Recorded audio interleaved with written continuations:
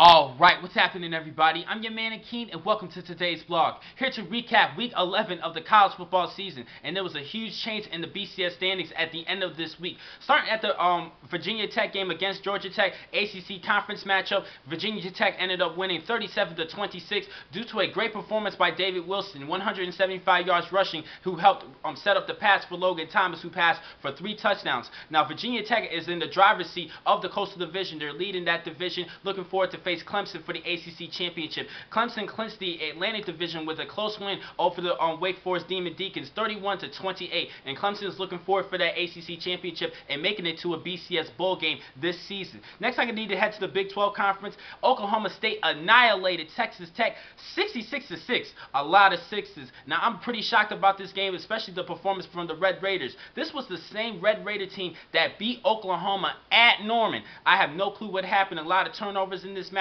and just Oklahoma State just pulverized them throughout the entire game. Oklahoma State is looking forward to that matchup at the end of the season against Oklahoma later on in the season. Heading into the Big Ten Conference, Nebraska ended up edging number 12 Penn State 17-14. Now those side distractions that they had in the during the out of the field issues with Penn State and that sex scandal issue, it kind of distracted them for this game, but they did rally back in the second half when they were down 17 points. But Nebraska ended up holding off with a good 3-point victory. Heading into the SEC Conference, South Carolina was hosting Florida. They ended up just out edging them 17-12. They ended up still staying their hopes alive for the SEC East Championship, but there's still a couple of games left. They're just one game behind Georgia. Georgia ended up playing Auburn and ended up killing them 45-7. Great performance offensively from Georgia, and they are still the front runners of the SEC East. Heading back to the Big 12 Conference, Texas A&M played Kansas State to 4 overtimes, in which Kansas State won 53-50. This is a good Kansas State team. They stayed focused. They kept themselves alive throughout each of the overtimes and ended up pulling off the 3-point victory. Upset game of the week. The real upset game of the week was Boise State losing to TCU. TCU was unranked, and this game was pretty much going to decide the Mountain West Championship. TCU ended up pulling off the 1-point victory due to another missed field goal at the end of the game. This is the second time where Boise State was going to go perfect for the season and ended up losing their BCS hopes due to a missed field goal at the end of the games. And I'm pretty upset about Boise State. I really think they had a shot to go undefeated and make it to a BCS bowl game, maybe into a national title. Now, I know a lot of people are going to say, well, I told you so, Akeem. There's no way they're going to match up with Alabama or LSU, and this proves the point. Yes, ladies and gentlemen, you guys are correct. But, as I was saying, I'm a fair guy. If the team is undefeated, they deserve a shot for a national championship. And they did end up ruining their season. Now, Boise State is now ranked 10th in the nation. They were ranked 5th, but now ranked 10th. And actually, at ranked 11th, it's Houston, who's looking for a BCS buster this season. But going back to these games, Texas, and another game that I mentioned on Wednesday, Texas faced Missouri. Missouri ended up holding Texas's offense to just 5 points. The Texas defense had a great game, even generating 2 points with the safety in the game, but they ended up losing 17-5. Going back to the Big East, Pitt ended up playing against Louisville and ended up winning them 21-14. I'm a little upset. I thought Louisville had a chance of winning this game and making the Big East Conference interesting, but now it's a little bit more interesting with the West Virginia-Cincinnati game, in which West Virginia ended up pulling off a 24-21 win. And the reason why they lost this game, because I believe because of the injury of Zach Collaros. He ended up breaking his ankle in the second quarter, and he was out for the game. Now, he will be out for at least the remainder 3 games of the regular season because of a broken ankle. He will have to undergo surgery on that right ankle. Now, this sucks for Cincinnati. This is their first loss in Big East play, and they really need Zach Collaros for their final 3 matches between Rutgers, Syracuse, and Connecticut. They need to stay undefeated in order to win that Big East championship. But we will see. With the losses Collaros, I really do not know what's going to happen later on in the season. But I'll keep you guys posted on their matches for the remainder of the year.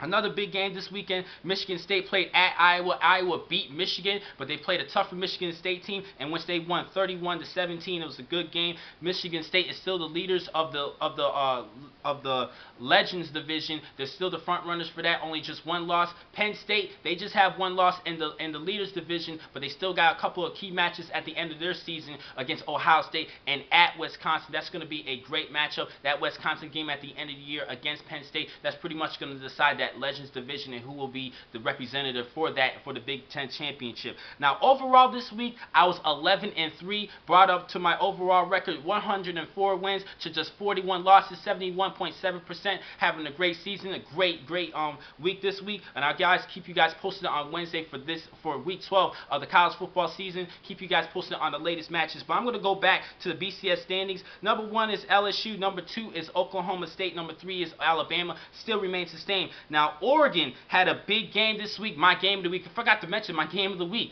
Oregon at Stanford. This was a great matchup. Oregon ended up controlling and maintaining, respecting that running game for Stanford, holding them to just 129 yards rushing. And I think their offense had a great game. LaMichael James, 146 yards rushing, 3 touchdowns, in which Oregon won 53-30. A little upset about Stanford, a little bit surprised about their performance offensively. Andrew Luck and company committed 5 turnovers in this matchup, 2 interceptions alone by Andrew Luck, and that was the key reasons why Oregon ended up beating Stanford, and now the front runners for the Pac-12 championship. They have no losses in conference play, and they're looking for the South Division winner for that Pac-12 championship. But Stanford is still on the verge of making it to a BCS bowl game. They just have 1 loss. If they remain undefeated for the rest of the year, I believe that they will make it to a BCS bowl game. Now, Stanford is ranked 9th in the nation. Virginia Tech is now 8th. Clemson is 7th. Arkansas is 6th.